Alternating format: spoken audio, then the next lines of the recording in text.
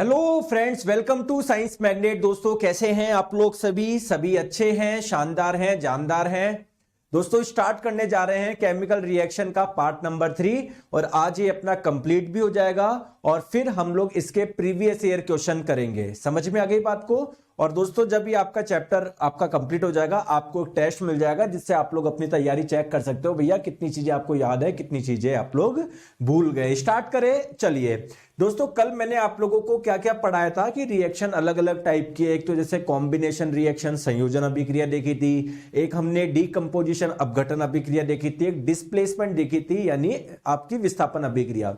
दोस्तों एक और आप लोगों की डिस्प्लेसमेंट रिएक्शन होती है जिसे आप लोग बोलते हैं जैसे ये तो मैंने आपको कल करा दिया था, है ना। जैसे आपने देखा होगा कि जब आप लोगों ने आयरन की रिएक्शन करवाई कॉपर सल्फेट से तो क्या हुआ, एक्चुअली दोस्तों कॉपर से ज्यादा रिएक्टिव होता है आयरन, तो वो कॉपर को क्या कर देगा, हटा देगा, डिस्प्लेस कर देगा, खुद आके बैठ जाएगा, आपका बन जाएगा आयरन सल्फेट। ध्यान रखिएगा कॉपर सल्फेट का जो रंग होता है वो नीला होता है, आयरन सल्फेट का जो रंग होता है हरा होता है। तो कई बार आप लोगों से एग्जाम में पूछा जाता है कॉपर सल्फेट में जब आप लोग आयरन डालते हो तो सॉल्यूशन का रंग कहां से कहां चेंज होता है, नीले से हरा, हरे से नीला, नीले से नीला, हरे से हरा। तो सर पहले नीला था अब हरा हो जाएगा क्योंकि अब आयरन सल्फेट आप लोगों का बन गया। चलिए आ जाओ, ये सारी चीजें हम लोग देख चुके थे, है ना। जैसे क्या आपको पता है, ये भी मैंने आपको बताया था, ये मैंने आपको बताया था क्या कि सर जब कॉपर सल्फेट की रिएक्शन जिंक से करवाओगे तो जिंक क्या है, कॉपर से ज्यादा रिएक्टिव है। देखो कॉपर आपका ऊपर आता है, जिंक आप लोग सॉरी कॉपर नीचे आता है, जिंक ऊपर आता है, तो जिंक क्या है, ज्यादा रिएक्टिव है, तो कॉपर को क्या कर देगा, डिस्प्लेस कर देगा, खुद जाके बैठ जाएगा, तो आपका बन जाएगा ये। अच्छा आप मुझे बताइए, अगर आप लोगों से एग्जाम में कई बार पूछा जाता है और बच्चे गड़बड़ कर देते हैं, बोला जाता है मान लो कॉपर की रिएक्शन आप जब जिंक सल्फेट से करवाओगे तो क्या मिलेगा, बताओ। चलो कॉमन सेंस लगा के बताओ क्या मिलेगा, क्या मिलेगा। दोस्तों कॉपर जो है ना वो क्या है, कम रिएक्टिव है, किससे, जिंक से। तो क्या वो जिंक को हटा पाएगा क्या, उसकी हिम्मत ही नहीं है। भाई यहां पर क्या है, एक मेटल है जिंक, यानी ये मेटल इसके साथ में कैसे जुड़ा हुआ होगा, तो कॉपर बोलेगा भाई मैं भी तो मेटल हूं, लेकिन कॉपर क्या है, कम रिएक्टिव है, कम शक्तिशाली, तो जिंक को हटा ही नहीं पाएगा, कुछ रिएक्शन ही नहीं होगी। तो आप लोग बोलोगे कोई रिएक्शन नहीं होगी, कोई अभिक्रिया नहीं होगी। आई होप आपको यहां तक समझ में आ गया होगा। चलिए दोस्तों आगे हम लोग बात करते हैं नेक्स्ट टाइप की, वो है डबल डिस्प्लेसमेंट रिएक्शन यानी द्विविस्थापन अभिक्रिया। दोस्तों ये भी आपकी जैसे डिस्प्लेसमेंट है वैसे ही ये भी एक आप लोगों की डिस्प्लेसमेंट ही है, लेकिन ये डबल डिस्प्लेसमेंट क्यों बोल रहे हैं, यहां पर दो जने डिस्प्लेस होंगे। कैसे, आप टेंशन मत लो, मैं सब चीजें आप लोगों को बताऊंगा, है ना। सीधे एक पहले मैं आप लोगों को रिएक्शन बताता हूं, उसके बाद में आप लोग समझेंगे। देखो देखो प्लीज आप लोग सारा ध्यान इस वाली रिएक्शन पे डालिए। दोस्तों ये आप लोगों का क्या था, आपके पास में सोडियम सल्फेट था, ठीक है, ये एक्चुअली 2 नहीं होगा, ये 4 होगा, गलती से इधर 2 लिख दिया। आपके पास में सोडियम सल्फेट का जलीय विलयन था, आपने उसमें क्या डाल दिया, बेरियम क्लोराइड का जलीय विलयन डाल दिया। इससे आपको क्या मिला, बेरियम सल्फेट मिला प्लस सोडियम क्लोराइड मिला। देखो मैं आपको रिएक्शन बताता हूं, टेंशन मत लो, है ना। देखो आपके पास में क्या थी, टेस्ट ट्यूब थी, टेस्ट ट्यूब में आपके पास में क्या था, एक टेस्ट ट्यूब में था आपके पास में सोडियम सल्फेट और एक में था आपके पास में बेरियम क्लोराइड। तो मिलाया तो क्या हुआ, तो जब आपने बेसिकली रिएक्शन करवा रहे हो किसकी, आप लोग सोडियम सल्फेट की और बेरियम क्लोराइड की, तो इससे आप लोगों को क्या मिला, एक तो आप लोगों को मिला बेरियम सल्फेट, ठीक है, साथ में आप लोगों को क्या मिला, सोडियम क्लोराइड मिला। वो इक्वेशन को आप बैलेंस कर लेना अपने हिसाब से, है ना। इधर बैलेंस करने तब होगा जब इधर 2 लगाओगे। चलो ठीक है दोस्तों, यहां पर हुआ क्या, आप लोग ध्यान से देखो, क्या सोडियम की जगह कोई आया क्या, बताओ, आया क्या, कोई आया क्या।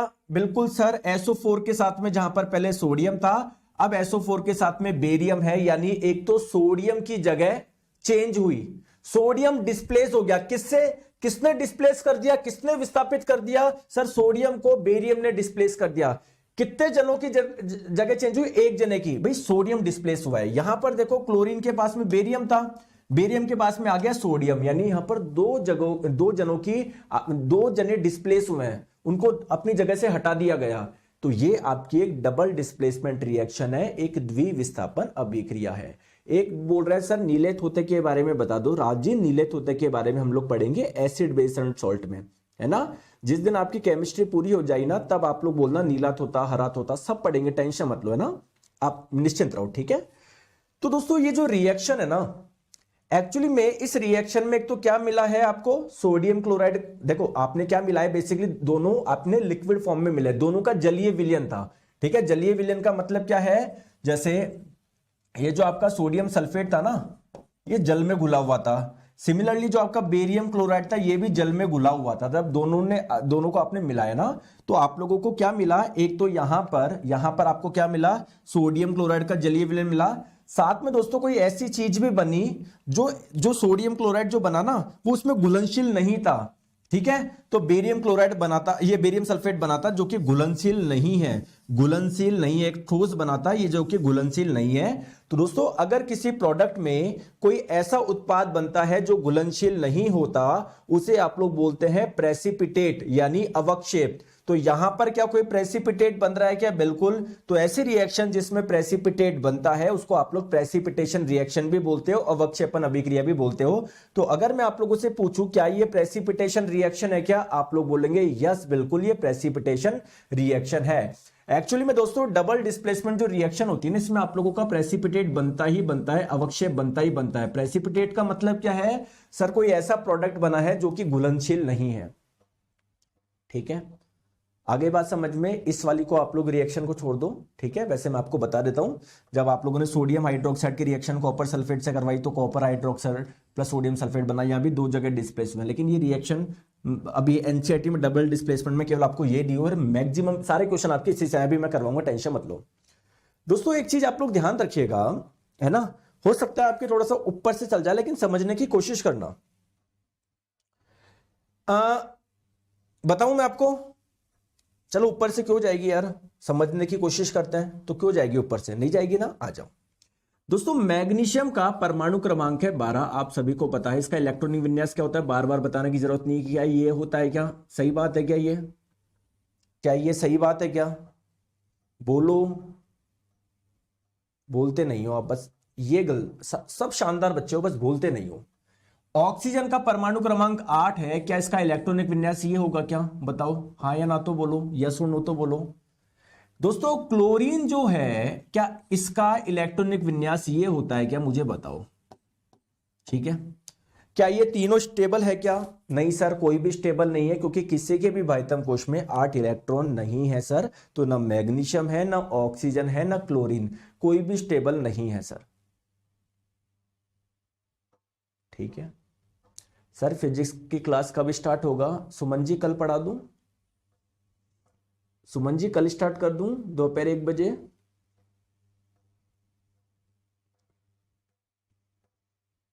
बताओ सुमन जी। एक लड़का है उसका नाम है चुन्नू कुमार, वो बोल रहे सर न्यूमेरिकल के बारे में कुछ बताइए। कल स्टार्ट कर दूं फिजिक्स, क्योंकि जो फिजिक्स होता है ना उसी में न्यूमेरिकल्स आते हैं। बायोलॉजी में तो नहीं आता कि एक हर्ट का मास इतना है, हर्ट पे कितना फोर्स लगाऊं कि हर्ट इतना लीटर ब्लड बाहर फेंक दे ना। बायोलॉजी में तो सिर्फ ही आता है हर्ट में कौन से चैम्बर होते हैं, हर्ट का क्या काम है ना, ठीक है। तो ऐसे बीच बीच में क्यों परेशान होते हो आप, एक सब्जेक्ट पूरा होगा तो दूसरा स्टार्ट कर देंगे, है ना, ठीक है। तो जब बायोलॉजी खत्म होगी तब स्टार्ट कर लेंगे, ठीक है। अच्छा दोस्तों मुझे बताओ मैग्नीशियम कैसे स्टेबल हो सकता है सर, अगर ये इसने 2 इलेक्ट्रॉन डोनेट कर दिया तो इसके बाह्यतम कोश में 8 रह जाएंगे, ये स्टेबल हो जाएगा। दोस्तों ऑक्सीजन कैसे स्टेबल हो सकता है सर, अगर कहीं से इसके पास में 2 इलेक्ट्रॉन आ गए तो सर ये स्टेबल हो जाएगा। सर क्लोरीन कैसे हो सकता है, अगर क्लोरीन के पास में कहीं से 1 इलेक्ट्रॉन आ जाए तो सर ये स्टेबल हो जाएगा। दोस्तों क्या ऑक्सीजन और मैग्नीशियम आपस में कुछ कॉन्ट्रैक्ट कर सकते हैं क्या, हाँ सर कर सकते हैं। ऑक्सीजन को चाहिए, मैग्नीशियम को देना है, तो सर इनके बीच में क्या शेयरिंग मतलब कुछ कॉन्ट्रैक्ट हो सकता है क्या, कुछ डील हो सकती है क्या, बिल्कुल। दोस्तों क्या मैग्नीशियम और क्लोरीन के बीच में कुछ डील हो सकती है क्या, बिल्कुल हो सकती है सर। मैग्नीशियम को देना है, क्लोरीन को लेना है, तो सर इन दोनों के बीच में भी डील हो सकती है, ठीक है। अब इनके बीच में डील कैसे होगी दोस्तों, इसको 2 इलेक्ट्रॉन देने हैं, ऑक्सीजन को 2 लेने हैं, यानी मैग्नीशियम को 1 ऑक्सीजन की जरूरत है, ऑक्सीजन को 1 मैग्नीशियम की जरूरत है, इसीलिए मैग्नीशियम ऑक्साइड का फॉर्मूला ये होता है। समझ में आ गई क्या बात को, बोलो हाँ या ना। और दोस्तों जब मैग्नीशियम 2 इलेक्ट्रॉन को डोनेट करेगा तो इस पे क्या आएंगे, 2 पॉजिटिव चार्ज आएंगे, और जब ऑक्सीजन 2 इलेक्ट्रॉन को ग्रहण करेगा तो इस पे 2 नेगेटिव चार्ज आएगा। पॉजिटिव और नेगेटिव के बीच में क्या होता है, एक बॉन्ड, आकर्षण बंध काम करता है, तो इनके बीच में एक बॉन्ड बन गया। ठीक है दोस्तों, एक्चुअली में ये जो बॉन्ड बना हुआ है मैग्नीशियम और ऑक्सीजन के बीच में जो बॉन्ड बना हुआ है, क्या मैं वो बोल सकता हूं क्या, वो बॉन्ड जो बना हुआ है वो किसके बीच में बना हुआ है, मैग्नीशियम आयन और ऑक्सीजन आयन के बीच में बना हुआ है। बताओ क्या मैं बोल सकता हूं क्या। यार बोलते नहीं हो दोस्तों, इतना डिटेल में पढ़ा दिया, वैसे जल्दी जल्दी आंसर दे दो। बिल्कुल सर, आप बोल सकते हो कि यहां पर बेसिकली जो बॉन्ड बना हुआ है ना वो, हाँ हम रिप्रेजेंट नहीं कर रहे इस पे, लेकिन एक्चुअली में मैग्नीशियम आयन और ऑक्सीजन आयन के बीच में बना हुआ है। सिमिलरली दोस्तों, क्या मैग्नीशियम और क्लोरीन में डील हो सकती है कि क्लोरीन बोलेगा मैग्नीशियम भैया मुझे 1 दे दो मेरा काम हो जाएगा, लेकिन मैग्नीशियम बोलेगा कि भाई मुझे 2 देने हैं।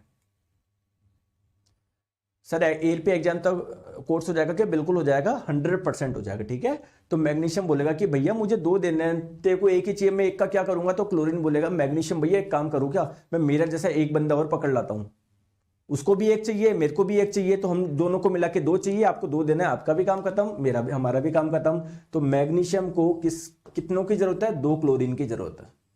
समझ में आ गई बात को दोस्तों। जब आप लोगों का 1 क्लोरीन इसको 1 इलेक्ट्रॉन चाहिए, तो क्लोरीन पे क्या आ जाएगा, नेगेटिव चार्ज आ जाएगा। दूसरा क्लोरीन भी जब 1 इलेक्ट्रॉन ग्रहण कर लेगा उस पर नेगेटिव चार्ज आ जाएगा। मैग्नीशियम को 2 डोनेट करेगा तो मैग्नीशियम पे 2 पॉजिटिव चार्ज आ जाएंगे। तो अगर आप लोग ध्यान से देखोगे तो मैं बोलूं मैग्नीशियम और ये क्लोरीन के बीच में जो बॉन्ड बना हुआ है बेसिकली किसके बीच में बना हुआ है, मैग्नीशियम आयन और क्लोरीन आयन के बीच में, मैग्नीशियम आयन और क्लोरीन आयन के बीच में। समझ में आ गई बात को, बात समझ में आ गई क्या, बात समझ में आ गई क्या। बोलते नहीं हो दोस्तों, आपको समझ में सब आता है लेकिन बोलते नहीं हो आप। ठीक है, अब दोस्तों मेरा एक क्वेश्चन है, ठीक है, अब थोड़ा सा पीछे चलो दोस्तों। कहीं ना कहीं जैसे यहां पर देखो कॉपर क्लोराइड, कहीं ना कहीं कॉपर क्लोराइड, ध्यान से आप लोग समझिएगा,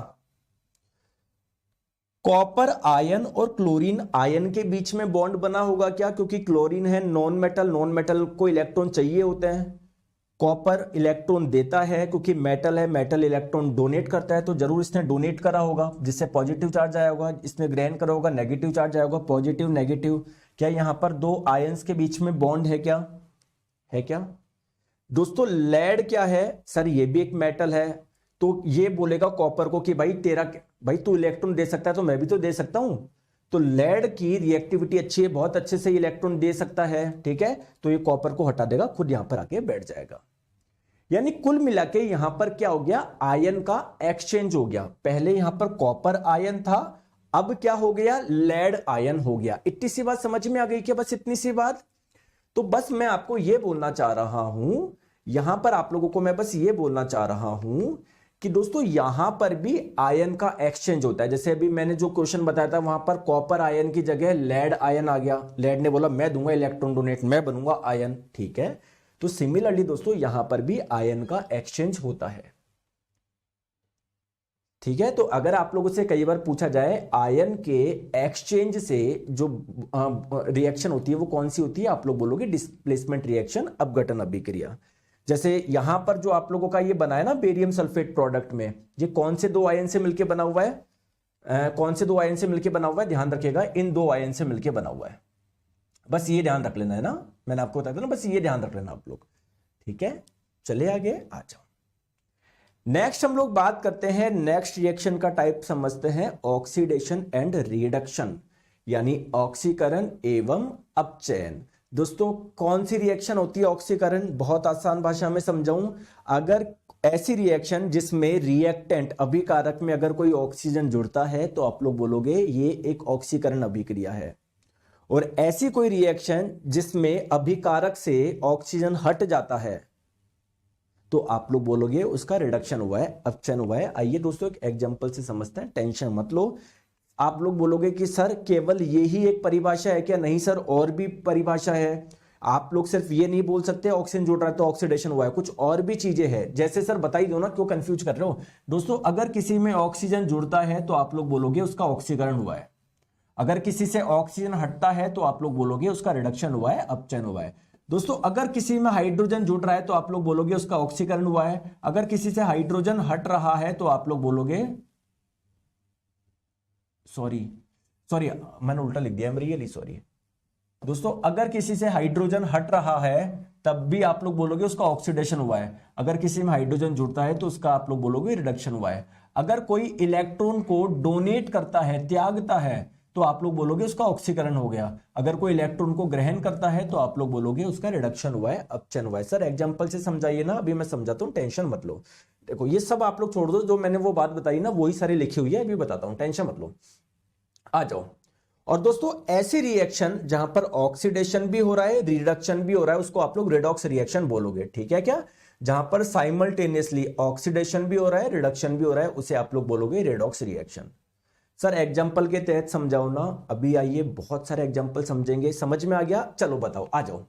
देखो सबसे पहले हम लोग बात करते हैं, फिर से बताता हूं, ऑक्सीडेशन आप लोग किसको बोलोगे, अगर किसी में इलेक्ट्रॉन का लॉस हो रहा है, या अगर ऑक्सीजन जुड़ रही है, या हाइड्रोजन का लॉस हो रहा है, ठीक है, तो आप लोग बोलोगे उसका ऑक्सीडेशन हो रहा है। रिडक्शन आप लोग किसको बोलोगे, जस्ट उल्टा, जो भी मैंने बताया जस्ट उसका उल्टा क्या हो जाएगा, रिडक्शन होगा। सर एग्जाम्पल बताओ ना, अभी बताते हैं, टेंशन क्यों लेते हो, आ जाओ। दोस्तों आप लोग मुझे यह बताइए कि जब आपने जिंक ऑक्साइड की अभिक्रिया करवाई कार्बन से तो आपको मिला जिंक प्लस कार्बन मोनोऑक्साइड।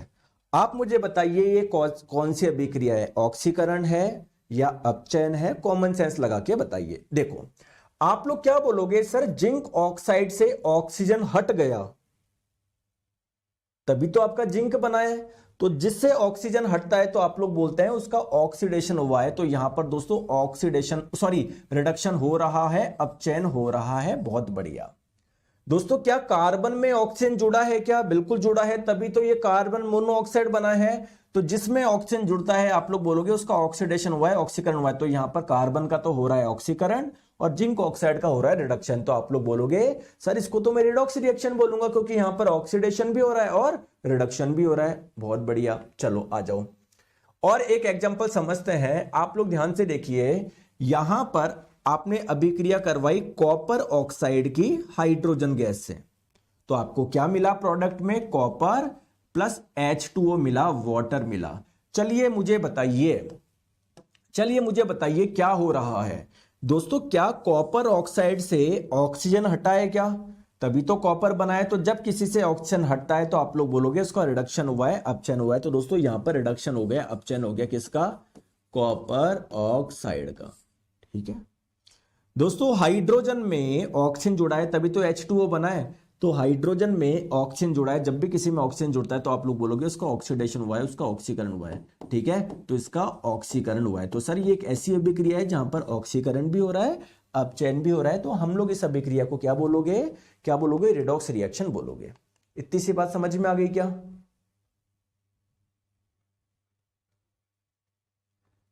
यार एक लड़का है रोल जी, सर कल नोटिफिकेशन ले, अरे यार बेटा आप तो 1 बजे जुट जाया करो ना यार, क्यों परेशान होते हो आप, मुझे बताओ हैं। आप मुझे एक चीज बताइए, आपने शाम को खाने का अलार्म लगा रखा है 8 बजे का, अगर अलार्म नहीं बजा तो उस दिन क्या आप लोग बिना खाए सो जाओगे क्या। तो आपको पता है यार डेली टाइम होती है, तो ऐसे क्यों छोटी छोटी बातों से अपने आप को इन्फ्लुएंस करते हो। दोस्तों ये छोटी छोटी वो है चैलेंजेस है, मैं ये नहीं बोल रहा कि यार ये गलत चीज है, ये छोटे छोटे चैलेंजेस है, लेकिन यार आप अपना मेन गोल रखो, पता है सिलेक्शन लेना है, 1 बजे क्लास आऊंगा, तो इससे आप अपने आप को मत रखा करो यार, दोपहर 1 बजे फिक्स है क्लास होगी, नोटिफिकेशन आए या नहीं आए, ठीक है। समझ में आ गई बात को दोस्तों। सर और एग्जांपल बताइए ना, अभी और बताता हूं, आ जाओ। देखो अभी और बताते हैं, आ जाओ।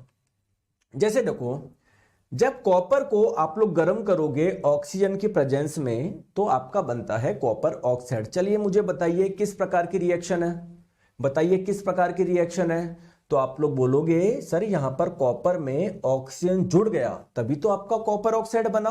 आप लोग बोलोगे सर ये एक ऑक्सीकरण अभिक्रिया है, एक ऑक्सीडेशन रिएक्शन है। क्लियर है क्या, क्लियर। जैसे दोस्तों आप एक काम करो, जब कॉपर को बहुत ज्यादा धूप गर्मी में रख दोगे, बहुत ज्यादा टेम्परेचर पे रखोगे ना, तो देखना कॉपर काला पड़ जाता है। क्या काला पड़ जाता है? क्या क्यों पड़ जाता है? क्योंकि दोस्तों कॉपर जो होता है ना, वो ऑक्सीजन से रिएक्ट करके क्या बना लेता है? Copper oxide. और इसी कॉपर ऑक्साइड का रंग जो होता है वो क्या होता है? काला होता है। कभी देखना जो कॉपर के सिक्के होते हैं ना, धूप में रख दो उसको बहुत समय तक, ऐसे काले से पड़ जाएंगे। ठीक है, क्यों? क्योंकि ये कॉपर ऑक्साइड बन गया, इसका रंग काला होता है। ठीक है दोस्तों, अब आप एक काम करो, अब वो काला जो बन गया अगर आप लोगों को हटाना है तो बताऊं क्या करो? कॉपर ऑक्साइड को वापस आप लोग गर्म करो, इस बार हाइड्रोजन गैस की प्रेजेंस में करो। तो हाइड्रोजन गैस क्या करेगी? इससे ऑक्सीजन निकाल के H2O बना लेगी। चलिए मुझे बताइए ये किस प्रकार की रिएक्शन है? ये तो आपने बिल्कुल सही जवाब दिया सर, ये तो ऑक्सीडेशन है। ये बताओ कौन सी रिएक्शन है? सर यहां पर कॉपर ऑक्साइड से ऑक्सीजन हटा है तभी तो कॉपर बना है। तो आप लोग बोलोगे सर कॉपर ऑक्साइड का हुआ है रिडक्शन यानी अपचयन। ध्यान से देख लो, और कुछ थोड़ी हो रहा है, कहीं ऑक्सीकरण हो रहा हो। क्या हाइड्रोजन में ऑक्सीजन जुड़ रहा है क्या? हाँ, तभी तो H2O बन रहा है। तो सर इसका हो रहा है ऑक्सीडेशन।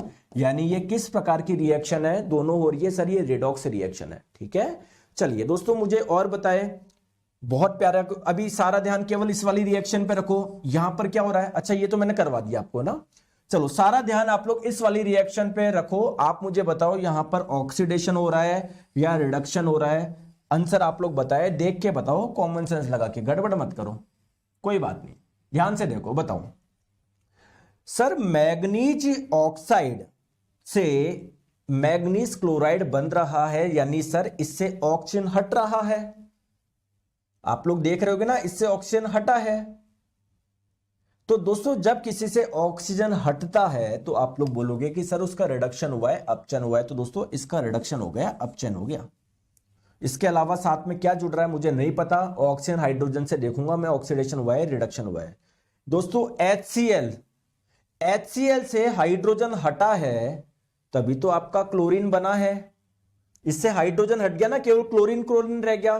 तो जब किसी से हाइड्रोजन हटता है तो आप लोग क्या बोलते हैं? उसका ऑक्सीडेशन हुआ है, मैंने बताया ना।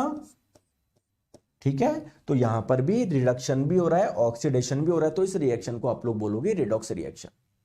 आ गई बात समझ में? आगे बात समझ में? अच्छा दोस्तों आप मुझे बताइए, अगर मैं आप लोगों से पूछूं कि मैग्नीशियम इसमें कन्वर्ट हो रहा है तो क्या यहां पर ऑक्सीडेशन हो रहा है या रिडक्शन? आप लोग बोलोगे सर ना ऑक्सीजन जुड़ रहा, ना कुछ हाइड्रोजन जुड़ रहा, ना निकल रहा, कैसे पता लगाओगे? मैंने आपको क्या बोला, अगर कोई इलेक्ट्रॉन का त्याग कर रहा है तब भी आप लोग बोलोगे उसका ऑक्सीडेशन हुआ है।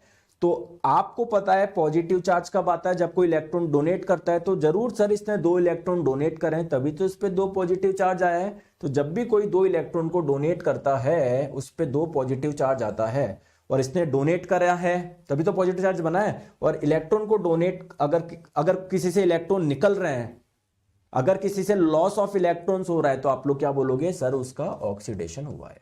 इतनी सी बात समझ में आ गई क्या? आ गई क्या दोस्तों? बताओ, कोई गड़बड़ तो नहीं है? अब दोस्तों इसमें एक चीज होती है जो काफी परेशान करती है। परेशान कुछ भी नहीं करते, स्टूडेंट अपने आप को कंफ्यूज कर लेते हैं। ऑक्सीकरण अपचयन उनको बहुत अच्छे से समझ में आ जाता है। उनको दोस्तों एक चीज समझ में नहीं आती, ऑक्सीडाइजिंग एजेंट और रिड्यूसिंग एजेंट, है ना। आइए मैं एक एक चीज आपको समझाता हूं। दोस्तों ध्यान रखिएगा, the substance which get reduce, यानी जिसका अपचयन होता है ना, जिसका अपचयन होता है, जिसका रिडक्शन होता है, जिसका अपचयन होता है, उसे आप लोग क्या बोलते हैं? ऑक्सीकारक बोलते हैं, ऑक्सीडाइजिंग एजेंट बोलते हैं। ठीक है, और दोस्तों जिसका ऑक्सीकरण होता है, जिसका ऑक्सीकरण होता है ना, उसको आप लोग रिड्यूसिंग एजेंट बोलते हैं, उसको अपचायक बोलते हैं। दोस्तों कंफ्यूजन है या नहीं है? बताओ पहले तो, किस किस को कंफ्यूजन है? अगर किसी को कंफ्यूजन नहीं है तो मुझे बताओ। यहां पर एक रिएक्शन थी, मैं इसको आइए थोड़ा सा बड़ा करके लिख देता हूं। मुझे यह बताइए कि यहां पर ऑक्सीडाइजिंग एजेंट कौन सा है और रिड्यूसिंग एजेंट कौन सा है इस रिएक्शन में? बताओ। ऑक्सीडाइजिंग एजेंट यानी ऑक्सीकारक कौन है और अपचायक कौन है? देखो ऑक्सीडाइजिंग एजेंट बताना है एक तो, ऑक्सीकारक आप लोगों को बताना है, और एक आपको बताना है रिड्यूसिंग एजेंट यानी अपचायक आप लोगों को बताना है। चलो बताओ, जल्दी से बताओ। बताओ सर, कॉपर ऑक्साइड का रिडक्शन हो रहा है, अपचयन हो रहा है, देख रहे हो इससे ऑक्सीजन हट रहा है यानी इसका रिडक्शन हो रहा है। तो जिसका रिडक्शन होता है आप लोग बोलते हैं ऑक्सीडाइजिंग एजेंट, यानी यहां पर ऑक्सीकारक कौन है आपका, कॉपर ऑक्साइड है। दोस्तों मुझे बताओ यहां पर रिड्यूसिंग एजेंट कौन है, अपचायक कौन है। अपचायक किसको बोलते हैं, जिसका ऑक्सीकरण होता है, H2 में ऑक्सीजन जुड़ा है तभी तो H2O बना है। तो दोस्तों यहां पर कौन है आपका रिड्यूसिंग एजेंट, कौन है, H2 है। क्लियर है क्या? अरे आ गई क्या बात समझ में? अनुराग विश्वकर्मा जी बोल रहे हैं कंफ्यूज कंफ्यूज कंफ्यूज। हाँ अनुराग जी थोड़ा सा और लिखिए, अभी तो 3 बार लिखा है, 10-15 बार और लिखो, क्योंकि जो हम लोग बोलते हैं वही हम लोग बन जाते हैं, है ना। 15-20 बार और लिख दो आप। दोस्तों आ गई बात समझ में? जिसका ऑक्सीकरण होता है, जिसका ऑक्सीडेशन होता है, उसे आप लोग बोलते हैं अपचायक यानी रिड्यूसिंग एजेंट, और जिसका अपचयन होता है, जिसका रिडक्शन होता है, उसे आप लोग बोलते हैं ऑक्सीडाइजिंग एजेंट यानी ऑक्सीकारक। अब सर आपके मन में क्वेश्चन आ रहा होगा कि सर ऐसे उल्टा क्यों बोला, है ना, उल्टा क्यों बोला। देखो मैं आपको एक बात बताता हूं दोस्तों, क्या आप लोग हिंदी माध्यम से पढ़े हुए हैं क्या? देखो मैं तो हिंदी माध्यम में पढ़ा हुआ हूं। नहीं सर मैं तो इंग्लिश में पढ़ा हूं, कोई बात नहीं। सो एजेंट का मतलब क्या होता है, जैसे मैं आपको बोलूं LIC एजेंट, वो क्या करता है, आपकी LIC करता है।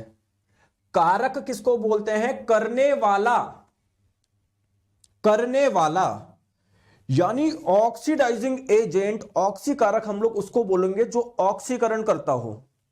सही बात है क्या? सही बात है क्या?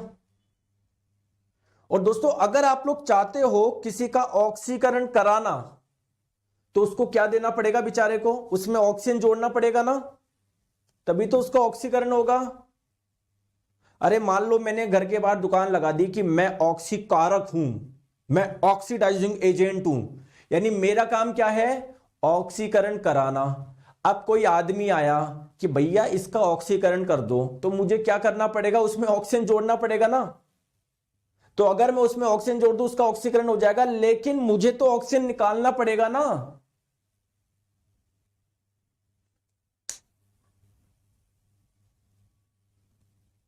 मुझे तो निकालना पड़ेगा ना, यानी मेरा अपचयन होगा। ठीक है, तो इसलिए बोला जाता है कि जो ऑक्सीकारक होते हैं, जो ऑक्सीडाइजिंग एजेंट होते हैं, जो ऑक्सीकरण करवाते हैं, बेचारे खुद को ऑक्सीजन निकालना पड़ता है, इसलिए उनका अपचयन होता है। सर क्या हाइड्रोजन भी जलने में सहायक होता है क्या? सर जी नहीं, हाइड्रोजन खुद जलती है, किसी और को जला नहीं सकते हाइड्रोजन की प्रेजेंस में। ठीक है, आप लोग बोलोगे कि सर यहां पर, अरे तो ये जला थोड़ी रहे हैं, बस गर्म कर रहे हैं, या आपको कोई वो धुआं थोड़ी निकाल के दे रहा है आपको। ठीक है, अच्छा चलिए आगे।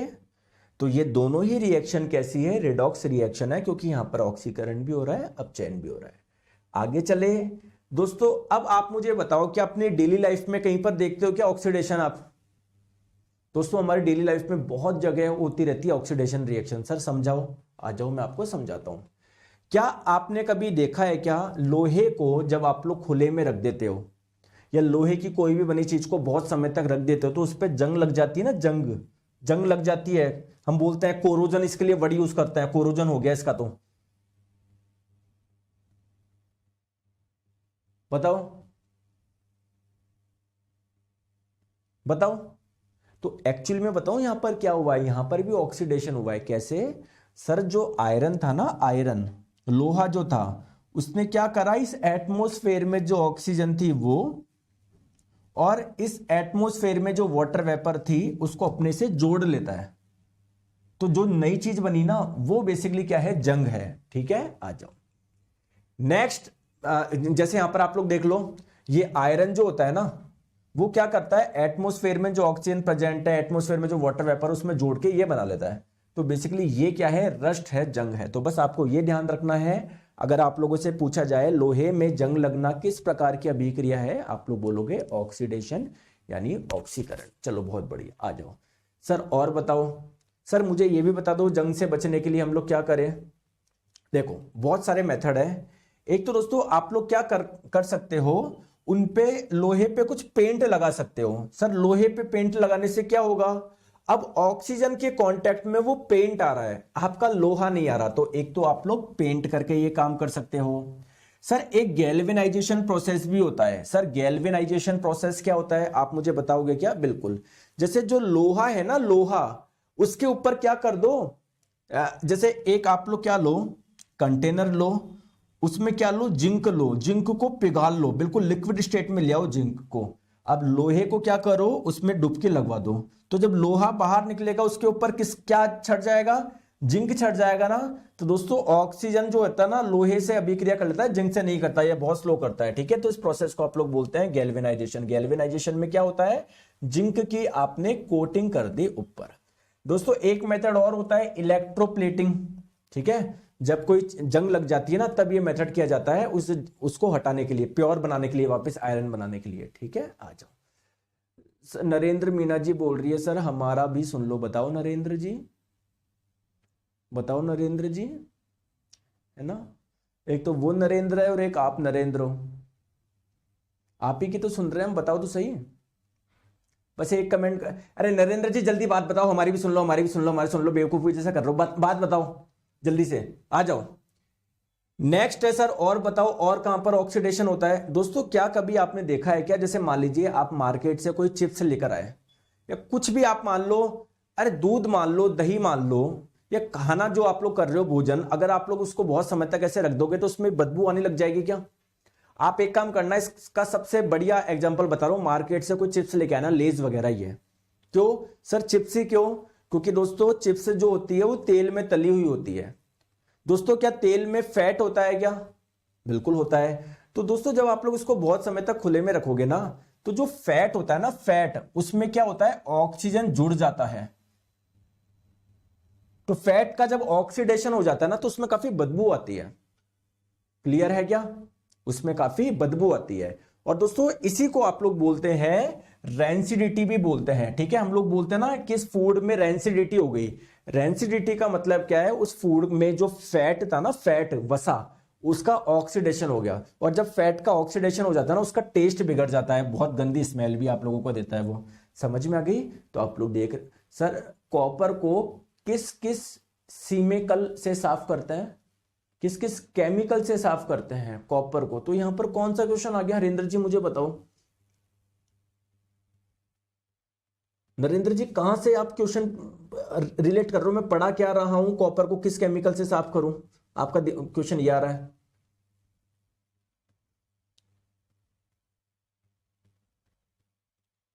इलेक्ट्रोप्लेटिंग क्या होता है अनुराग जी, एक्चुअली में ये हम लोग पढ़ेंगे मेटल एंड नॉन मेटल में, फिर भी मैं आपको बताता हूं। जैसे मान लो आपके पास में सिल्वर है, सिल्वर के ऊपर कुछ आप लोगों की इंप्योरिटी आ गई, जंग लग गई, कुछ भी मान लो आप, तो क्या करोगे, उसको आप लोग सिल्वर नाइट्रेट सॉल्यूशन में डालोगे, 2 इलेक्ट्रोड डालोगे, धीरे धीरे दोस्तों सिल्वर के ऊपर जो आप लोगों का वो है ना, जो भी लग रही है जंग वगैरह, जो भी इंप्योरिटी, वो धीरे धीरे हटना शुरू हो जाएगी, ठीक है। तो दोस्तों आप निश्चिंत रहो।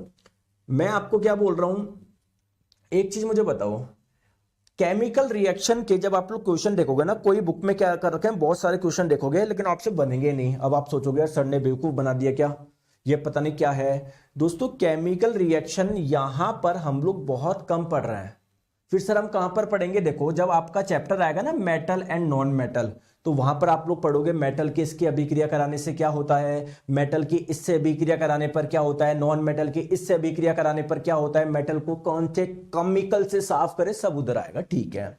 जब हम लोग पढ़ेंगे chapter acid base and salt, जब हम लोग पढ़ेंगे किसी एसिड की बेस से अभिक्रिया करवाने पर क्या होता है, किसी एसिड की अम्ल से मेटल से अभिक्रिया करवाने पर क्या होता है, समझ में आ गई, ठीक है।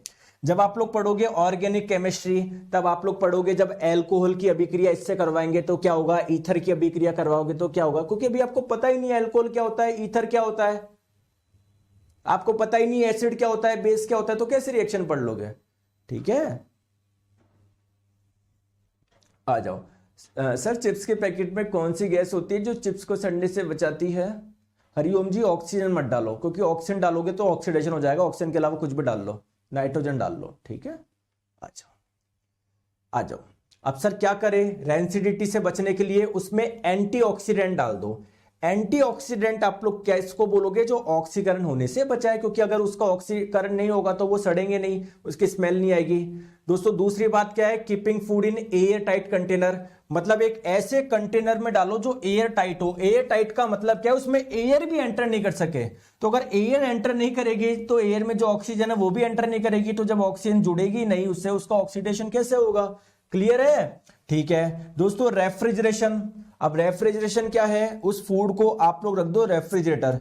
रेफ्रिजरेटर में क्या होता है, एयर तो जा नहीं रही अंदर, तो ऑक्सीजन तो है नहीं, या है तो बहुत कम है। दूसरी बात क्या है, इतना कम टेम्परेचर पे, बहुत कम टेम्परेचर पे ऑक्सीडेशन प्रोसेस बहुत स्लो हो जाता है, तो जो खाना 1 घंटे में खराब हो रहा था वो आप आराम से 5-7 दिन तक रख सकते हो। ठीक है, आ जाओ। रिप्लेसिंग एयर बाय नाइट्रोजन, दोस्तों आपका जो फूड जो होता है, आपने चिप्स वगैरह जो खाते हैं उसके अंदर जो गैस भरी होती है ना, वो एयर नहीं होती, क्योंकि एयर होगी तो एयर में तो ऑक्सीजन भी होगी, ऑक्सीजन जल्दी अभिक्रिया कर लेगा, तो एयर की जगह नाइट्रोजन गैस डाली जाती है। सर मैं नाइट्रोजन क्यों डालूं, इसका कारण बताओ, इसका कारण बताओ सर क्यों डालूं, आप कौन सी डालना चाहते हो। अरे जो सबसे ज्यादा अवेलेबल होगी वो डाल लो ना, एयर में सबसे ज्यादा ही नाइट्रोजन है, तो नाइट्रोजन इजीली अवेलेबल हो जाएगी यार, है ना। आ जाओ, चलो आ जाओ। अब हम लोग करें प्रीवियस ईयर क्वेश्चन, ये पूरा चैप्टर हो गया। करे क्या, जिसने चैप्टर अच्छे से पढ़ा है वो क्वेश्चन बना लेगा, बाकी तो फिर मैं कुछ बोल नहीं सकता। बताओ, तापन द्वारा की जाने वाली अपघटन अभिक्रिया को क्या बोलोगे। अगर आप लोग अपघटन हीट के माध्यम से कर रहे हो तो उसको आप लोग क्या बोलते हैं, थर्मल डिकम्पोजिशन बोलते हैं, कल हम लोगों ने पढ़ा था। आ जाओ दोस्तों, क्वेश्चन आपके स्क्रीन पे, इन दो आयनों से ये जो बेरियम सल्फेट बना, मैंने आपको डबल डिस्प्लेसमेंट रिएक्शन में बताया था कि जो बेरियम सल्फेट बना वो इन दोनों से बना, और ये बेरियम सल्फेट क्या था, ये इनसॉल्युबल था, ये एक जल में अविलेय था, ये प्रेसिपिटेट था, अवक्षेप था। सी इसका आंसर हो जाएगा। दोस्तों रासायनिक अभिक्रिया में जो अवक्षेप बनता है, प्रेसिपिटेट बनता है, जो अघुलनशील होता है, वो उसकी क्या अवस्था होती है, वो ठोस अवस्था में होता है वो, ठीक है, सॉलिड स्टेट में होता है वो आप लोगों का। क्लियर है क्या, आप देख सकते हो, शायद आप लोग भूल गए हो तो उस रिएक्शन के बारे में मैं वापस लेके चलता हूं आपको। देखो ये जो बेरियम सल्फेट जो कि एक प्रेसिपिटेट था, अवक्षेप था, इसके देखो क्या लिखा हुआ है, एस लिखा हुआ है, यानी ये ठोस अवस्था में है। ठीक है, चले आगे, आ जाओ। नेक्स्ट क्वेश्चन, एक रासायनिक समीकरण में तीर का सिरा, मतलब तीर का क्या बोला जा रहा है, टिप बोला जा रहा है, टिप, एरो का टिप, सिरा, ये किसकी ओर अभिक्रिया करता है। दोस्तों तीर का सिरा यानी हेड की बात होने जा रही है, टिप की बात होती है, टिप, तो दोस्तों ये आपका जो सिर होता है ना इसका, वो प्रोडक्ट की ओर करता है, और जो उसकी टेल होती है, पूंछ होती है, वो रिएक्टेंट की ओर करती है। ठीक है, correct answer option number B हो जाएगा। ठीक है, तीर का सिरा का मतलब ये बोलना जा रहा है, ये है ना, हेड की बात हो रही है, ये एक्चुअली में तीर का सिर होना चाहिए था इधर, ना, तीर का सिर, ये जो एरो आपका बन रहा है, इसका जो सिर है, हेड है, वो किस तरफ है, प्रोडक्ट की तरफ, तो हो सकता है गलत इधर सिर हो और फिर वो इंग्लिश ट्रांसलेशन ने सिरे को टिप उठा लिया। ठीक है, बाकी आप समझ गए होंगे मैं क्या समझाना चाह रहा हूं। दोस्तों कौन सी एक संतुलित अभिक्रिया कौन सी है आपको बताना है। हाइड्रोजन जब ब्रोमीन से जुड़ता है तो हाइड्रोजन ब्रोमाइड बनाता है। पहले तो आप लोगों को यह पता होना चाहिए, हाइड्रोजन अकेला नहीं पाया जाता, हमेशा H2 के रूप में आप लोगों को मिलेगा। क्लियर है क्या, क्लियर है। दोस्तों वैसे ये आपको अभी आप छोड़ दो, ये हम लोग पढ़ेंगे किसमें, जब हम लोग non metal and non metal वाला चैप्टर पढ़ेंगे ना, वहां पर पढ़ेंगे इस रिएक्शन को। इसलिए मैं बोल रहा हूं आप लोग मैक्सिमम जितनी भी रिएक्शन है आप लोग अलग अलग चैप्टर में पढ़ोगे, तो ये हम नॉन मेटल में पढ़ेंगे। अभी आपको पता नहीं ब्रोमीन वगैरह के बारे में ज्यादा, तो मैं भी छोड़ रहा हूं इसको। ठीक है, आ जाओ आ जाओ। वायु की उपस्थिति में मैग्नीशियम को जलाने पर मैग्नीशियम ऑक्साइड बनता है, आपको पता है। मैग्नीशियम को जब आप लोग जलाओगे ऑक्सीजन के प्रेजेंस में, तो मैग्नीशियम ऑक्साइड है ना, जो कि चूरा बन रहा था, वो किसका था, मैग्नीशियम ऑक्साइड का था। तो ये किस प्रकार की रिएक्शन है, तो जब दो रिएक्टेंट मिलके एक प्रोडक्ट बनाते हैं तो इसको आप लोग क्या बोलते हैं, कॉम्बिनेशन रिएक्शन। लेकिन सर ऑप्शन में नहीं है, तो और कुछ भी हो रहा है क्या, बिल्कुल सर, यहां पर देखो मैग्नीशियम में ऑक्सीजन जुड़ रहा है, तो जब किसी में ऑक्सीजन जुड़ता है तो आप लोग बोलोगे ये ऑक्सीडेशन रिएक्शन है, ऑक्सीकरण अभिक्रिया है। चलो आ जाओ। इनमें से कौन सी अभिक्रिया बेरियम क्लोराइड और सोडियम सल्फेट के बीच अभिक्रिया का सबसे सटीक निरूपण है। मैंने आपको बताया था सोडियम सल्फेट फॉर्मूला क्या बताया था, Na2SO4। बेरियम क्लोराइड का क्या होता है, BaCl2 होता है। ठीक है, तो ये आपका होगा नहीं, Na2SO4 होता है तो ये आपका होगा नहीं, Na2SO4 होता है तो ये आपका आंसर हो जाएगा। साथ में क्या बनाता है आपका बेरियम सल्फेट और सोडियम क्लोराइड, ठीक है, ऑप्शन नंबर बी। देखो एनसीईआरटी में जो इक्वेशन है वो आप लोग पढ़ लोगे ना, सारा काम हो जाएगा। दोस्तों अवक्षेपण अभिक्रिया किस प्रकार की अवक्षेपण मतलब किस प्रकार की रिएक्शन है? दोस्तों जितने भी आपके डबल डिस्प्लेसमेंट रिएक्शन होती है ना, एक्चुअली में उसमें प्रेसिपिटेट बनता है, अवक्षेप बनता है। तो बेसिकली आप लोग बोल सकते हो प्रेसिपिटेट रिएक्शन एक प्रकार की डबल डिस्प्लेसमेंट रिएक्शन ही है, विस्थापन अभिक्रिया ही है। बताओ इनमें से कौन सा संयोजन अभिक्रिया का उदाहरण नहीं है? दोस्तों भुजे हुए चूने का निर्माण ये कैसे बनता है? सर कैल्शियम ऑक्साइड में जब पानी डाला था तो इससे बनता है कैल्शियम हाइड्रोक्साइड, जिसको आप लोग भुजा हुआ चूना भी बोलते हो। तो ये एक प्रकार की कॉम्बिनेशन रिएक्शन है, संयोजन अभिक्रिया है, क्योंकि दो अभिकारक मिलके एक उत्पाद बना रहे हैं। तो सर ये तो है। दोस्तों बर्निंग ऑफ कोल मैंने बताया था, जब कोयले को जलाओगे तो उसका जो कार्बन है वो ऑक्सीजन, और कोई भी चीज को जलाने में ऑक्सीजन चाहिए, तो ये जलाने से क्या बनती है, कौन सी गैस बनती है, कार्बन डाइऑक्साइड। तो दो रिएक्टेंट मिलके एक प्रोडक्ट बना रहे हैं, तो ये भी क्या है, कॉम्बिनेशन रिएक्शन है। दोस्तों हाइड्रोजन गैस और ऑक्सीजन गैस से जो आपका H2O बनता है, तो देखो दो रिएक्टेंट है, दो अभिकारक है, एक प्रोडक्ट बन रहा है, तो ये भी एक कॉम्बिनेशन रिएक्शन है। कैल्शियम कार्बोनेट की हीटिंग पे क्या होता है, तो कैल्शियम कार्बोनेट को जब आप लोग गर्म करते हो तो बनता है calcium oxide plus carbon dioxide gas निकलती है। तो ये तो एक प्रकार की डीकंपोजिशन रिएक्शन है, ठीक है। तो ऑप्शन नंबर बी आपका आंसर हो जाएगा, ठीक है। चलो नेक्स्ट क्वेश्चन, इनमें से कौन सा संयोजन अभिक्रिया का उदाहरण है? सिंपल सा क्वेश्चन है। देखो यहां पर दो रिएक्टेंट, दो अभिकारक मिलके एक प्रोडक्ट बना रहे हैं, तो ये क्या है आप लोगों का, एक कॉम्बिनेशन रिएक्शन है। ध्यान रखिएगा एक चीज और, ध्यान रखिएगा हाइड्रोजन गैसीय अवस्था में और ऑक्सीजन जब गैसीय अवस्था में जब मिलाओगे ना, तो जो H2 बनेगा वो लिक्विड स्टेट में बनता है, ध्यान रखिएगा, ठीक है। आ जाओ नेक्स्ट क्वेश्चन, एक छात्र ने जिंक और सल्फ्यूरिक अम्ल की अभिक्रिया करवाई, ठीक है। दोस्तों जिंक की और सल्फ्यूरिक एसिड की अभिक्रिया करवाई, आपको बताया हुआ था ना। तो हुआ क्या था यहां पर दोस्तों, आपको पता है जिंक सल्फेट बना था और हाइड्रोजन गैस निकली थी, है ना। एक्टिविटी करवाई थी मैंने आपको 3। तो यहां पर एक गैस बन रही थी, वो गैस कौन सी थी, हाइड्रोजन गैस बन रही थी, ठीक है। आ जाओ चलिए दोस्तों आप लोग मुझे बताइए ये कौन सी अभिक्रिया है? एल्यूमिनियम की अभिक्रिया करवाई आपने Fe2O3 से, तो बना Al2O3 प्लस Fe। देखो एल्यूमिनियम में क्या हुआ सर, ऑक्सीजन जुड़ा है तभी तो Al2O3 बना। तो एल्यूमिनियम का क्या हुआ है, ऑक्सीडेशन हुआ है, ऑक्सीकरण हुआ है। Fe2O3 से ऑक्सीजन हटा है तभी तो Fe बना। तो जब किसी से ऑक्सीजन हटता है तो आप लोग बोलते हैं इसका रिडक्शन हुआ है, अपचन हुआ है। तो इसका अपचन हुआ है तभी तो ये बना है, तो यानी ऑक्सीडेशन भी हो रहा है, रिडक्शन भी हो रहा है। ऐसे रिएक्शन को आप लोग क्या बोलते हैं, रिडॉक्स रिएक्शन बोलते हैं। लेकिन दोस्तों ऑप्शन में रिडॉक्स रिएक्शन तो है ही नहीं,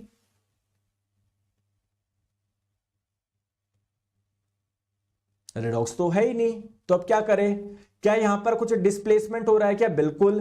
देखो सर एल्यूमिनियम ने आयरन को डिस्प्लेस कर दिया, तू हट मैं बैठूंगा। तो कितने जने डिस्प्लेस हुए, केवल एक ही, आयरन। किसने किया, एल्यूमिनियम ने किया। तो ये एक डिस्प्लेसमेंट रिएक्शन है, डबल डिस्प्लेसमेंट मत बोल देना। आ जाओ आ जाओ दोस्तों, मैग्नीशियम रिबन जब जलता है ऑक्सीजन के प्रेजेंस में चमकदार लौ के साथ जलता है, आपको मैंने बताया भी था, ठीक है। तो एक सफेद पदार्थ बनता है, एक चूरा बनता है, वो पदार्थ क्या था, मैग्नीशियम ऑक्साइड का था, ठीक है। आ जाओ चलो बताओ इनमें से कौन सी उदासीनीकरण अभिक्रिया है? सर मुझे तो पता ही नहीं दोस्तों, अभी आप लोग नहीं पढ़ोगे। वैसे उदासीनीकरण अभिक्रिया क्या होती है, जब किसी एसिड की अभिक्रिया बेस से करवाते हो तो इस रिएक्शन को आप लोग उदासीनीकरण अभिक्रिया बोलते हो। तो सर हम लोग कब पढ़ेंगे, हमारा जो चैप्टर होगा ना, अगला ही चैप्टर है, कल हम लोग वो ही पढ़ने वाले हैं, एसिड बेस एंड सॉल्ट, है ना। तो वहां पर हम लोग ये पढ़ेंगे। तो आप लोग सोचो कि सर ये तो पता ही नहीं क्या गई, सब पढ़ेंगे, है ना। आ जाओ निम्नलिखित में से कौन सी रासायनिक अभिक्रिया, अरे यार ये कहां से आ गई, क्लोर अल्कली प्रोसेस, ये तो आप लोगों का उसमें आएगा मेटल एंड नॉन। दोस्तों ये सोडियम धातु जल के साथ अभिक्रिया करने पर क्या रहता है, ये भी सारी उसमें आएगी, किसमें, मेटल एंड नॉन मेटल में, ठीक है। तो दोस्तों ये जो रिएक्शन आप लोगों की पूछी गई वो मैंने आप लोगों को बता दिया। हालांकि मैं फिर से एक बार बता दूं, मैक्सिमम रिएक्शन आप लोगों के जो आएगी ना वो अलग अलग चैप्टर में आती है। जैसे मेटल एंड नॉन मेटल में आती है, एसिड बेस एंड सॉल्ट में आती है, ऑर्गेनिक केमिस्ट्री में आती है, तो वहां पर उसको हम लोग कवर करेंगे, ठीक है। एनसीईआरटी में इस चैप्टर में जो रिएक्शन दी गई थी, टाइप दिए गए थे, वो हम लोगों ने अच्छे से पढ़े और कहीं कोई दिक्कत आपको नहीं आएगी, ठीक है। तो आज के लिए हम लोग इतना रखते हैं। और हम लोग कल करने वाले हैं एक नया चैप्टर जिसका नाम है एसिड बेस एंड सॉल्ट, अम्ल क्षार और लवण। और दोस्तों जो ये चैप्टर हो चुका है इसका टेस्ट आपको शाम तक मिल जाएगा, अटेंड आप लोग कर लीजिएगा। मजा आ रहा है ना आपको? ठीक है, तो कल पढ़ेंगे अम्ल क्षार और लवण, जिससे इस बार ग्रुप डी में बहुत क्वेश्चन पूछे गए थे। ठीक है, thank you so much, take care, अपना ध्यान रखिए। मिलते हैं हम लोग कल नेक्स्ट क्लास दोपहर 1 बजे। और दोस्तों अगर आप चाहो डेली सुबह 10:15 बजे आप लोग प्रैक्टिस सेट ले लिया करो, यूट्यूब पे आपकी होती है लेट्स करेक्ट साइंस की, आप ही की एक प्रैक्टिस इंप्रूव हो जाएगी। ठीक है, चलिए आ जाओ।